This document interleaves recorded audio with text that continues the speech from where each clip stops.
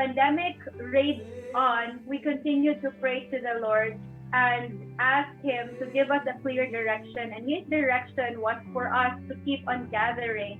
It is really good that we are a small community, but the people inside are so sold out to the Lord. They are so passionate for God. Like each and every leader and even the members were so thirsty and hungry for God. God instructed us to break down the walls at the church and to expand. And during that time, there were only like 13 of us. We were so amazed because after the walls were broken, we started gradually to increase. And you know what? Today, this year, 2022, we were able to more than double our size. So people were just coming to church so hungry, and we also experienced different types of healing during this time. In your presence, God, I find my peace. In your righteousness, I find my hope. In your loving arms, I feel secure. Change my heart, make me like you. Yes, change my heart, make me like you. God spoke to us to go to a town up north. It is around 5 hours from where we live, to conduct a leadership training there. And so we continue to obey God's call. And imagine this, we had around 50 to 80 participants during that time, during the whole leadership convention. God moved mightily. We saw healing, we saw miracles, we saw people getting restored, we saw families uniting in the move of God. And then we also had a revival night in the town, and I think around 100 to 150 people joined that revival night. And you know what? We were breaking walls there in Toboso. That town is called Toboso. I received a word from the Lord to go back in Negros Occidental, which is the adjacent island of Negros Oriental, very opposite island of Negros Oriental. So the Lord built up His kingdom there, starting with the kids, with the church that I am connected there. So I am not in Dgte when the Lord opened doors for Toboso. I knew that the Lord had called me to be in Toboso specifically. So I grabbed the opportunity because there are many dreams that the Lord had given me, and it was the exact place when we were traveling to Toboso. This is a place in my dream where the people are engaged in witchcraft and they are about to be set free. And I didn't know that that place is like going to Toboso. People were just healed. We saw like creative miracles. We saw a hand that was not, the woman was not able to raise her hand before, but we saw it after praying for her, she was able to raise it, and she was able to move her hand, her whole arm freely. And then we also saw someone who was defective eye, like her eye could, I think it was left eye. Her left eye couldn't move freely. It was like it moved on its own because she had an accident that was like a 13-year-old kid. And then after praying and ministering to her, she was able to move it properly.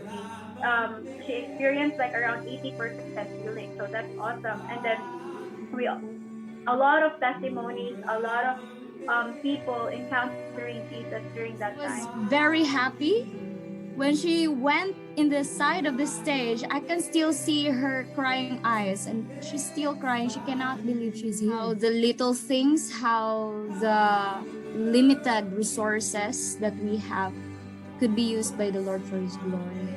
And that's what he did in Toboso. In your presence, God, I find my peace.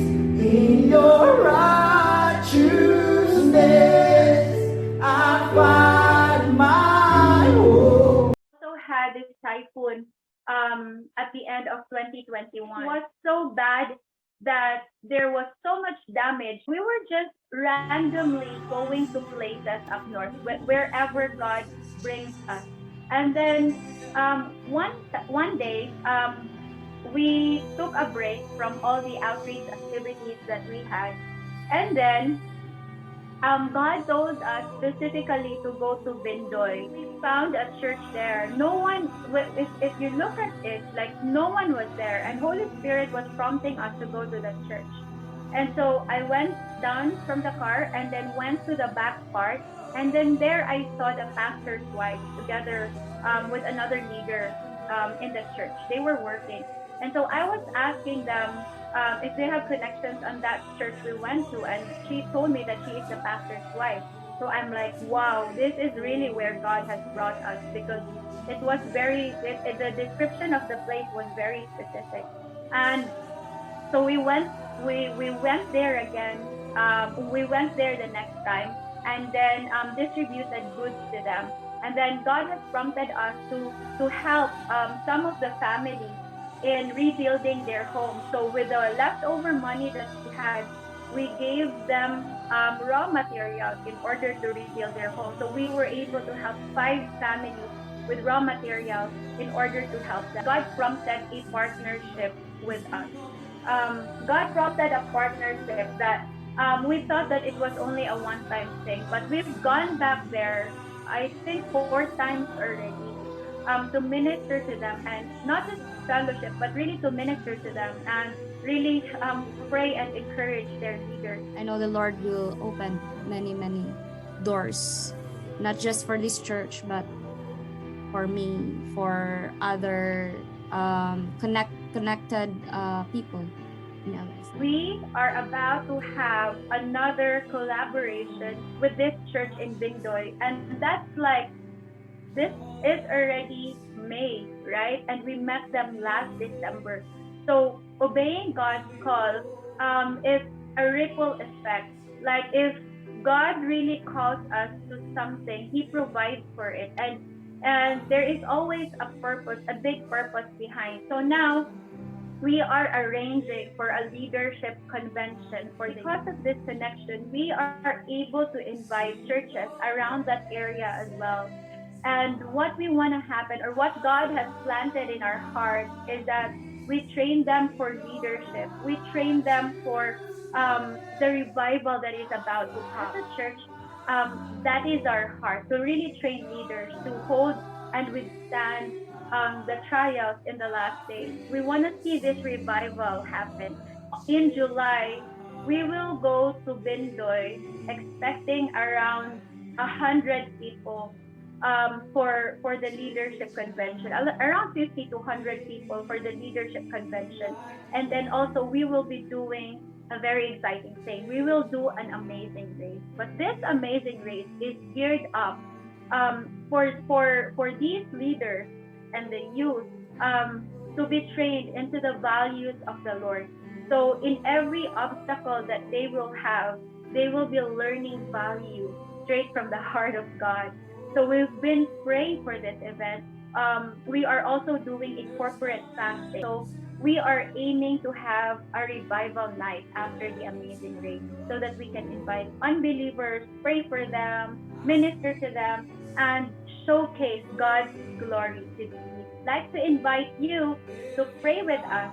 We also want to bless Bindoy, its government, and the people behind this town, so that, it's the time of hiding for the Christians is over. We need to partner with government leaders and people in position to advance God's kingdom. And I believe that His favor will go before us. His grace is sufficient for the work that He has called us. So partner with us and see these amazing things unfold. In your presence.